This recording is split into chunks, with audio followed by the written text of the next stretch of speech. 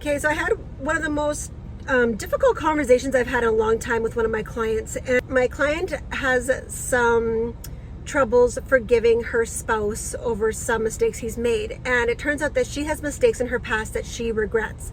And she feels that she should live in shame every day for the mistakes that she's made. And she finds some sort of comfort in this martyr mentality of, you know, she wakes up every day remembering the mistakes she made, which then keeps her accountable so that she won't do it again. And this is the opposite. This is the exact opposite of Jesus's love. This is the exact opposite. This is control by shame, control by judgment. It's a complete opposite of what we're trying to talk about standing in your power. Standing in your power is forgiveness and peace and loving yourself and you know, finding joy and pursuing life. And you know, if you think this is the right mentality, all you're saying is you don't want joy, or you reject joy, reject freedom, reject peace and love, because love is, you are undeserving of love.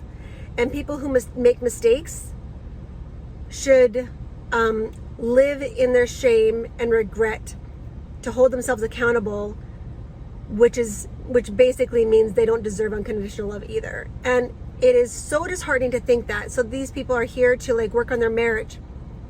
Like, these clients are coming to me to actually help their marriage move forward. And now we've revealed that inner belief or disbelief or misbelief or whatever it is. And I mean, I love when we can get down to a root of a problem, but when it comes to a stronghold, like they strongly believe that they should wake up in the morning feeling shame so that it reminds them to stay in line. And if this is you, I don't know what I can say or do to help you get the freedom, but to let that go. But all I can say is that if you're a believer, if you believe in Jesus, Jesus took that onto the cross and you have been redeemed, number one.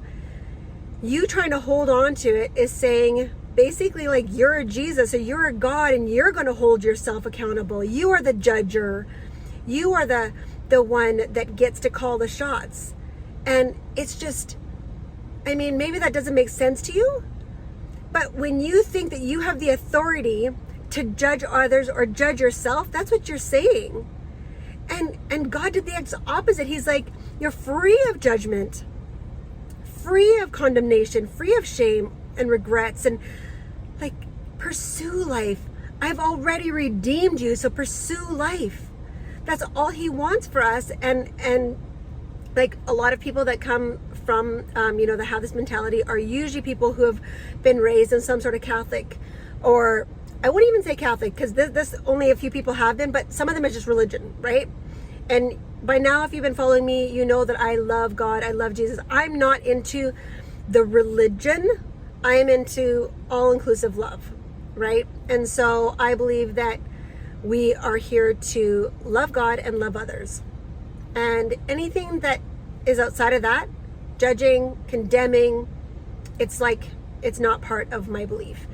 And so if this is you and you think that somehow by punishing yourself, or by remembering the pain you caused others, like, you think that somehow will hold you in line, it doesn't. It doesn't. In fact, all it does is it pushes you further and further away from freedom and joy. And all the people around you are going to pay for it, because if that's how you think about yourself, you're going to think that that's what they should do as well. So this particular person thinks that their spouse should be in the same place, that every morning he should remember what he did and hold himself accountable for it. And that is the opposite of love. Love is the safe space of giving and receiving love unconditionally and believing it's unconditional. It's not conditionally given and conditionally received and judged. And like that's the opposite. So if we're going for a space of like free, unconditional love, we got to forgive ourselves.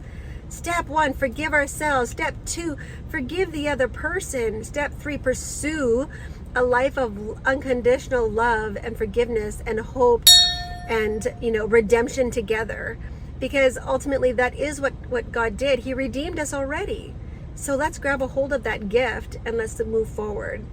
I hope that this somehow gives some clarity or hope or a moment of maybe reflection, so that you, if this is you, that you can just forgive yourself and move forward, because that is what will help not only yourself, but all the people around you.